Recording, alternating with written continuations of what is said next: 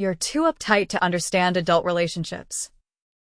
Philip sneered, the words slithering out from between his perfectly white teeth.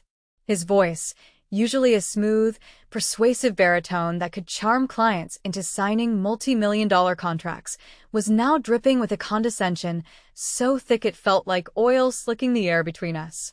He leaned back in his plush leather chair, the one that cost more than my first car, a picture of smug superiority in his corner office overlooking the sprawling cityscape of Portland, Oregon. He gestured dismissively with a manicured hand. "Maybe you should find a church job instead." I stood there, frozen on the expensive Persian rug, the termination letter he'd just handed me feeling like a block of ice in my trembling grasp. My face was burning, a hot flush of humiliation and pure, unadulterated rage creeping up my neck. The injustice of it all was a physical blow, a punch to the gut that stole my breath and made my hands shake. I had worked at Belrick Consulting for nearly 10 years, an entire decade. I had walked through these doors as a bright-eyed, ambitious junior analyst and had painstakingly built my reputation brick by brick. I was now one of the most trusted senior analysts in the firm, the quiet, reliable backbone of operations. I specialized in financial strategy and client relations, and I was damn good at my job. I had helped Philip Barrett, the man now sneering at me from across his vast mahogany desk, climb the corporate ladder. I had covered for his mistakes, polished his presentations, and made him look like a genius in front of clients countless times. My loyalty had been absolute, my dedication unwavering. And this was how he repaid me. "My name is Jenna McAllister, and I'm 34 years old. Or, at least, I was when this story began." In some ways, the woman who walked out of that office was born in that moment of fiery indignation. For the past decade, I had been the steady hand at one of Portland's most prestigious consulting firms. I loved the intricate dance of numbers, the elegant logic of a well-crafted financial strategy. My colleagues respected me, clients trusted me, and I had built something I was genuinely proud of. Or, at least, I thought I had. The morning had started like any other Wednesday in October. The Portland sky was a familiar, moody gray, but the air was crisp with the promise of autumn. I arrived at the office at 7 a.m., my usual routine. The quiet hum of the servers and the smell of freshly brewed coffee were my sanctuary. I reviewed the quarterly reports, my mind effortlessly sifting through data, identifying trends and potential red flags. I prepared meticulously for our weekly client strategy meeting, the one I used to lead before Philip insisted on taking over. Everything seemed normal, until Philip called me into his office with that familiar, predatory smirk that always meant trouble. I should have known something was coming when he closed the heavy oak door behind me, the soft click of the latch sounding like a cell door locking into place. He gestured for me to sit down in one of the 2 chairs facing his desk, chairs usually reserved for high-value clients or senior partners. "Jenna, we need to discuss your future here," he had said, his tone suddenly formal and cold, a stark contrast to the easygoing charm he usually employed. I felt my stomach drop, a leaden weight pulling me down. "Is there a problem with my work?" I asked, my voice betraying a slight tremor despite my best efforts to remain composed. "It's not about your work performance," Philip replied, shuffling papers on his desk without making eye contact. The evasiveness was a classic Philip move, a way to make you feel off balance before he delivered the killing blow. "It's about your attitude. Your refusal to be a team player." I knew exactly what he was referring to. It was a thinly veiled reference to an incident from 2 days prior, an incident that had sealed my fate, though I hadn't realized it at the time. He had asked me to lie about his whereabouts during a crucial client dinner. A simple lie, he'd called it. Just a little white one to smooth things over. He wanted me to tell Walter Goodwin, our biggest client, the bedrock of our firm's profitability, that Philip had been with me in a late-night strategy session. The truth? He was at a boutique hotel across town with Walter's wife, Christine. I had refused. Point blank. "I won't do it, Philip," I had said, my voice low but firm.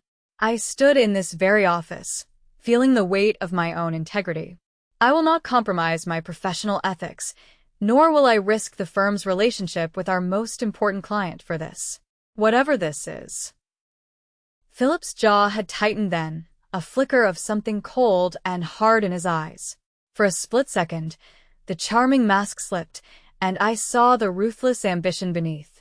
But then it was gone, replaced by a patronizing smile. "You're making a mountain out of a molehill, Jenna," he'd said smoothly. "But fine. Have it your way." I thought that would be the end of it. I was so wrong. Now, sitting in his office with the termination letter in my hands, I realized just how vindictive he could be. The letter was a masterpiece of corporate doublespeak, citing a failure to maintain professional standards and an inability to work collaboratively. It was all corporate speak for refusing to cover up his sordid affair.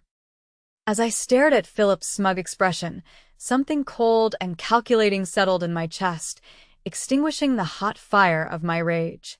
He thought he could destroy my career, my reputation, everything I had worked for, just to protect his secrets. He was about to learn how wrong he was. The path that led to this moment had been building for months. Philip Barrett was a charismatic man in his early 40s, the kind of person who could charm his way into any room and make everyone feel like his best friend. When I first started working directly under him 5 years ago, I admired his confidence and business acumen.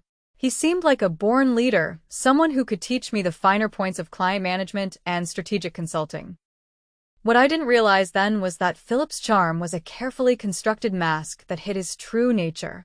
Over the years, I had watched him manipulate colleagues, take credit for other people's work, and bend the truth whenever it suited his purposes. I told myself that this was just the way business worked at the highest levels, that I needed to learn to navigate these gray areas if I wanted to succeed. The first real red flag should have been his treatment of his wife, Margaret. She was a lovely woman, a quiet, gentle soul who occasionally attended company events, always perfectly polished and gracious. But I noticed how Philip spoke about her when she wasn't around, the casual dismissiveness, the way he rolled his eyes when she called during work hours. He made jokes about being tied down and frequently stayed late at the office for client meetings that I, as his senior analyst, knew were never on his calendar. My relationship with Walter Goodwin had developed independently of Philip. Walter was a real estate mogul in his late 60s, a man who had built an empire from nothing and valued honesty and straightforward communication above all else. When Philip first introduced us 3 years ago, Walter and I had clicked immediately. He appreciated my direct, no-nonsense approach and my ability to cut through corporate jargon to get to the heart of financial matters. "Jenna always tells me the truth, even when it's not what I want to hear," Walter often said during meetings. "That's why I trust her judgment." This trust had made me invaluable to the firm. Walter's company, Goodwin Properties, represented nearly 40% of our annual revenue. His projects were complex and lucrative, requiring careful financial modeling and strategic planning, all of which fell under my purview. Over time, Walter began requesting that I be present at all major meetings, and he often called me directly when he had questions about our proposals. Philip initially seemed pleased with my relationship with Walter, but I began to notice a shift in his attitude over the past year. He started making snide comments about my special relationship with our client, suggesting that I was overstepping my bounds. He began excluding me from certain meetings and tried to limit my direct contact with Walter, insisting all communication go through him. I thought this was just professional jealousy, a boss feeling threatened by a subordinate's success. I never imagined the real reason behind his behavior until I accidentally walked in on him and Christine Goodwin in the conference room after hours. They sprang apart like guilty teenagers, and Christine quickly excused herself while Philip tried to play it off as a business discussion. That was when I realized that Philip's sudden interest in managing the Goodwin account personally had nothing to do with business strategy and everything to do with his desire to continue his affair with Walter's wife. The breaking point came exactly 1 week before my termination. Philip had been growing increasingly reckless with his affair, and I found myself in the uncomfortable position of having to cover for his absences and mysterious meetings. He seemed to think that my loyalty to the firm meant I would automatically protect his secrets, no matter how dangerous they became. On that Tuesday afternoon, Walter called the office looking for Philip. He needed to discuss an urgent issue with a property acquisition that required immediate attention. Philip was supposed to be in the office, but I knew he was actually at the downtown Marriott with Christine because I had seen his calendar request for a private client meeting at a location that didn't match any of our actual clients. "Is Philip available?" Walter asked when I picked up the phone. "I need to go over these financing terms before the deadline tomorrow." I hesitated for a moment, feeling the weight of the decision. I could lie and say Philip was in another meeting, or I could tell Walter the truth and potentially expose the affair. Instead, I chose a middle path. "He's out of the office on a client matter," I said carefully. "But I can review the financing terms with you and have him call you first thing tomorrow morning." Walter seemed satisfied with this arrangement, and we spent an hour going over the complex details of the acquisition. I made detailed notes and promised to brief Philip as soon as he returned. When Philip finally came back to the office at 5 p.m., his hair slightly disheveled and his tie loosened, I could smell Christine's cloying perfume on his jacket. "Walter needs to speak with you urgently about the Morrison property acquisition," I told him, handing over my notes. Philip's face went pale as he realized how close he had come to being caught. "What did you tell him?" "That you were out on a client matter," I replied evenly. He stared at me for a long moment, and I could see the wheels turning in his head. He was calculating how much I knew and how much of a threat I posed to his carefully constructed double life. "Good," he said finally. "That's exactly what you should have said."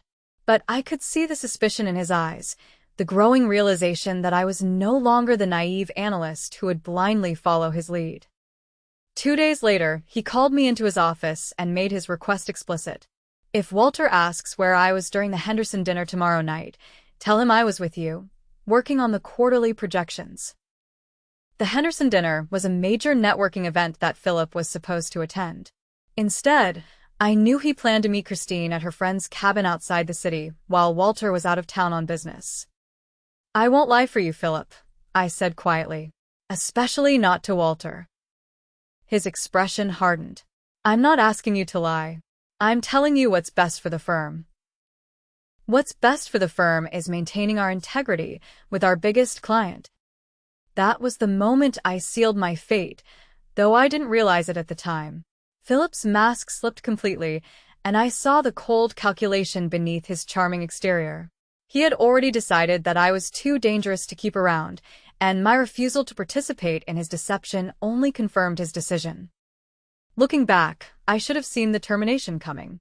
But at the time, I thought my years of loyalty and my value to the firm would protect me. I was wrong about a lot of things, but I was right about one crucial detail. Walter Goodwin valued honesty above all else. And he was about to learn just how dishonest his trusted consultant had been. The morning after my termination, I woke up in my downtown Portland apartment with a strange sense of clarity. For the first time in months, I didn't feel the constant knot of anxiety in my stomach that had become my daily companion. Philip thought he had destroyed me, but he had actually set me free. I made coffee and sat at my kitchen table, staring out at the Columbia River as I planned my next move. The termination letter sat in front of me, along with the box of personal items I had packed from my office. But hidden beneath my desk calendar and coffee mug was something Philip didn't know about. A USB drive containing copies of every email, calendar entry, and document that had crossed my desk in the past 6 months. As Walter Goodwin's primary point of contact, I had been copied on countless communications that Philip probably forgot existed. Travel receipts for hotel stays that coincided with Christine's spa weekends. Calendar invites for strategy sessions that never appeared on any official client schedule. Even expense reports for dinners at romantic restaurants that Walter certainly hadn't attended. I had started collecting this information 3 months ago, not because I planned to use it, but because I had a growing sense that Philip's recklessness would eventually catch up with him. My background in financial analysis had taught me to always maintain detailed records, and my instincts told me that Philip's affair was heading toward disaster. Now, as I scrolled through the files on my laptop, I began to see a pattern that was even more damaging than I had initially realized. Philip hadn't just been having an affair. He had been using company resources and client funds to facilitate his relationship with Christine. Hotel rooms charged to the Goodwin account, expensive dinners billed as client entertainment, even a weekend trip to Napa Valley that appeared on Walter's invoice as a strategic planning retreat. My phone buzzed with a text message from my friend and former colleague, Lauren Hayes, who still worked at Velrick Consulting. "Can't believe Philip fired you. Everyone's talking about it. He told the partners you had a breakdown and couldn't handle the pressure. Want to meet for lunch?" I stared at the message, feeling my blood pressure rise. A breakdown? Philip was already spinning the narrative, painting me as an unstable employee who couldn't handle the demands of high-level consulting. He was protecting himself by destroying my professional reputation. I typed back quickly. "Lunch sounds perfect. How about that new place on Burnside?" 2 hours later, I sat across from Lauren at a trendy bistro, listening as she filled me in on the office dynamic since my departure. "Philip called an all-hands meeting yesterday," Lauren said, picking at her salad. "He said you had been struggling with personal issues and that your departure was for the best. Then he announced that he would be taking over all direct communication with Walter Goodwin." "Did anyone question it?" I asked. Lauren shook her head. "You know how it is. Philip's a partner, and everyone's afraid to rock the boat. But I will say this, people are confused. You were one of the most stable people in the office. The breakdown story doesn't ring true." "Because it's not true," I said quietly. Lauren leaned forward, lowering her voice. "What really happened, Jenna?" I hesitated for a moment, then decided to trust her. Lauren had been my closest friend at the firm, and I knew she had her own concerns about Philip's management style. "Philip asked me to lie to Walter about his whereabouts," I said. "He's having an affair with Christine Goodwin, and he wanted me to cover for him during client events." Lauren's eyes widened. "Christine Goodwin?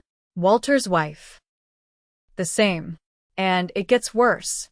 I have evidence that Philip's been charging their dates to company accounts, billing Walter for his own cuckolding." Jesus, Lauren whispered. "Do you have proof?" I nodded. "More than enough. The question is what to do with it." Lauren was quiet for a moment, processing the implications. Then she looked at me with a mixture of admiration and concern. "You could destroy him," she said finally. "Yes," I agreed. "I could." That evening, I sat in my home office, drafting the most important email of my career. I had spent hours organizing the evidence, creating a timeline that clearly showed the progression of Philip's affair and his misuse of company resources. The documentation was damning: hotel receipts, restaurant bills, travel expenses, and calendar entries that painted a clear picture of deception and fraud. But I knew that simply sending the evidence to Walter wouldn't be enough. I needed to be strategic about how I presented the information, and I needed to protect myself from any potential legal retaliation from Philip or the firm. I decided to structure the email as an anonymous tip from a concerned employee who had discovered irregularities in client billing. I would let the evidence speak for itself, without making any direct accusations or revealing my identity as the source. The email began simply. "Mr. Goodwin, I am writing to bring to your attention some concerning financial irregularities related to your account with Velrick Consulting. As someone who values your business relationship with our firm, I believe you deserve to know how your funds have been utilized." I attached a detailed spreadsheet showing every questionable expense charged to the Goodwin account over the past 6 months. Hotel stays at the Marriott downtown during times when no legitimate business meetings were scheduled, dinners for 2 at expensive restaurants when Walter was confirmed to be out of town, even spa treatments and shopping expenses that had been creatively categorized as client entertainment. The second attachment was a timeline showing the correlation between these expenses and Christine's documented whereabouts, based on her social media posts and public appearances. The pattern was undeniable. Every romantic expense coincided with times when Christine was publicly absent from her usual activities. The final attachment was the most damaging, Copies of Philip's calendar entries showing private meetings and strategy sessions that corresponded exactly with the questionable expenses. I had included screenshots of his appointment descriptions, which were often vague or clearly fabricated. Before sending the email, I took one final precaution. I created a new email account using a public computer at the downtown library, ensuring that the message couldn't be traced back to me. I also made copies of all the evidence and stored them in a safety deposit box at my bank. At exactly 9 p.m. on Thursday evening, I sent the email to Walter's personal address, the one he had given me years ago for urgent matters that couldn't wait for normal business hours. Then I went home and waited. I didn't have to wait long. At 6:15 a.m. the next morning, my phone rang. It was Lauren, and she sounded panicked. "Jenna, you need to know what's happening here," she said in a rushed whisper. "Walter showed up at 7 this morning with his lawyer and his accountant. They've been in the conference room with the partners for 2 hours. Philip looks like he's about to throw up." "What's Walter saying?" I asked, though I already knew. "I don't know the details, but I heard raised voices. Walter was shouting something about betrayal and fraud. The partners have been scrambling, trying to figure out what's going on." I felt a surge of satisfaction, mixed with nervous energy. My plan was working, but I knew the real test would come in the next few hours. "Lauren, I need you to keep me updated," I said. "But be careful. Don't let anyone know you're talking to me." "Of course," she replied. "But Jenna, I have to ask, did you send Walter something?" I paused. Let's just say that the truth has a way of coming to light. After hanging up, I realized there was no going back now. I had set events in motion that would either vindicate me completely or destroy what remained of my professional reputation. But as I thought about Philip's smug expression when he fired me, I knew I had made the right choice. By noon that Friday, the situation at Belwork Consulting had escalated beyond anything I could have imagined. Lauren called me every hour with updates, each more dramatic than the last. "Walter's not just angry," she reported during her lunch break. "He's talking about pulling all his business and filing criminal charges. The partners are in full panic mode." According to Lauren, Walter had arrived at the office that morning armed with a full forensic analysis of the evidence I had provided. His accountant had cross-referenced every expense with legitimate business activities and found a pattern of systematic fraud spanning 6 months. "The numbers are staggering," Lauren whispered into the phone. "We're talking about over $50,000 in fraudulent charges. Philip used company credit cards to fund his entire affair." But the financial fraud was only part of Walter's fury. The personal betrayal cut even deeper. Walter had considered Philip a trusted friend and advisor, someone he had welcomed into his home and included in family gatherings. Learning that Philip had been sleeping with his wife while billing him for the privilege was a humiliation that went far beyond mere business misconduct. "Philip tried to deny everything at first," Lauren continued. "But Walter had copies of hotel security footage, credit card receipts, even Christine's confession from this morning." That detail surprised me. Christine confessed. Apparently, Walter confronted her last night after receiving the anonymous email. She broke down and admitted everything. She's been having an affair with Philip for 8 months. I felt a complex mixture of emotions, satisfaction that the truth was finally out, sympathy for Walter's pain, and a grudging respect for Christine's decision to come clean rather than continue the deception. The afternoon brought even more dramatic developments. Lauren texted me at 3 p.m. Emergency partners meeting. Philip's been suspended pending investigation. An hour later, Walter's demanding Philip's immediate termination. Partners are trying to negotiate. By 5 p.m., the final blow had fallen. Lauren called me with the news I had been waiting for. "Philip's been fired," she said, barely able to contain her excitement. "Terminated for cause. No severance, no references, and the firm is considering legal action to recover the stolen funds." I sat in stunned silence for a moment, processing the speed and completeness of Philip's downfall. Less than 24 hours ago, He had been a powerful partner at one of Portland's most prestigious consulting firms. Now he was unemployed, disgraced, and facing potential criminal charges. "There's more," Lauren added. "Walter specifically asked about you during the meeting. He wanted to know if you were available to return to the firm." My heart raced. What did the partners say? "They're terrified of losing Walter's business completely. He made it clear that your termination was one of the reasons he lost confidence in the firm's judgment. He said, and I quote, 'Jenna McAllister was the only person in this place who maintained professional standards.'" The irony was almost overwhelming. Philip had fired me to protect his secrets, but my termination had actually accelerated his downfall by removing the one person who might have convinced him to end his affair quietly. Philip had ensured that his deception would eventually be exposed in the most damaging way possible. "Are they offering me my job back?" I asked. Better than that, Lauren replied. "Walter's insisting that any future relationship with the firm must include your direct involvement in all his accounts. The partners are prepared to offer you a senior partnership track to keep him happy." I leaned back in my chair, feeling a sense of vindication that was almost overwhelming. Philip had tried to destroy my career, but instead, he had inadvertently positioned me for the biggest promotion of my professional life. As I hung up the phone, I realized that my revenge was complete. But more importantly, I had learned something valuable about the power of truth and the importance of maintaining my integrity, even when it seemed costly in the short term. Monday morning arrived with the crisp clarity of a Portland autumn day, and I walked into the offices of Velrick Consulting for the first time in 5 days, feeling like a completely different person. The receptionist, Maria, looked up in surprise as I entered the marble-clad lobby. "Jenna, I heard you were...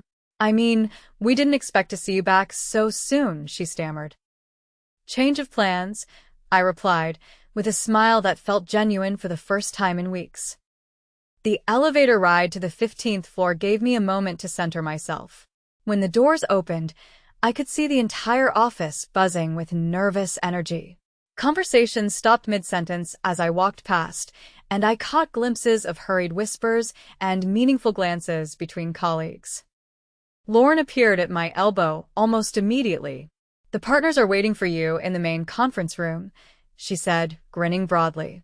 "Walter's been here since 8 a.m. As we walked down the hallway, I noticed that Philip's corner office was dark, his nameplate already removed from the door. The speed of his erasure from the firm was almost breathtaking. "How are you feeling?" Lauren asked quietly. "Vindicated," I replied honestly, "and ready to get back to work."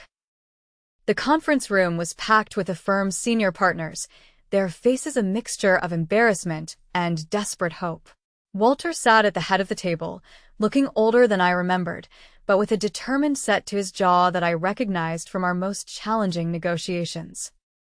He stood as I entered, extending his hand with a warmth that had been absent from our recent interactions.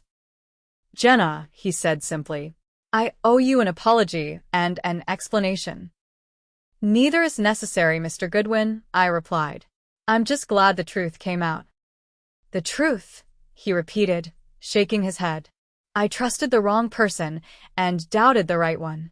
That won't happen again." Managing partner Catherine Wells cleared her throat nervously. "Jenna, we'd like to discuss your return to the firm under new terms. Given the circumstances of your departure and Mr. Goodwin's specific requirements for future collaboration, we're prepared to offer you a position as Senior Vice President with a partnership track." I looked around the room, at the faces of people who had stood by silently while Philip destroyed my reputation just days earlier. The irony of their sudden enthusiasm for my talents wasn't lost on me. "Before we discuss my return," I said calmly, "I'd like to understand what happened to Philip." Catherine's face tightened slightly. "Mr. Barrett's employment was terminated for cause on Friday afternoon. The firm is conducting a full audit of his client accounts and considering legal action to recover misappropriated funds." Walter leaned forward. "Philip stole from me, Jenna. Used my money to pay for hotels and dinners while he was sleeping with my wife. But worse than that, He destroyed my trust in this entire organization by firing the one person who could have prevented this disaster. I could see the pain behind his anger, the personal betrayal that went far beyond the financial fraud. Walter had built his business empire on relationships and trust, and Philip had violated both. Both Christine and I are separated. Walter continued quietly. She's moved out of the house, and we're filing for divorce. But she did tell me something interesting before she left. He paused, studying my face carefully. She said Philip was obsessed with getting you out of the picture. Apparently, he was convinced that you suspected the affair and were planning to expose him. He told her that firing you was a preemptive strike to protect their relationship. The revelation hit me like a physical blow. Philip hadn't just fired me to cover his tracks. He had been actively paranoid about my potential threat to his affair. My professional competence and relationship with Walter had made me a target long before I had any real knowledge of his deception. So, he created the very situation he was trying to avoid. I see, I said. Exactly, Walter replied with a grim smile. By firing you, he guaranteed that you would eventually discover his fraud and have every motivation to expose it. Philip always was too clever for his own good.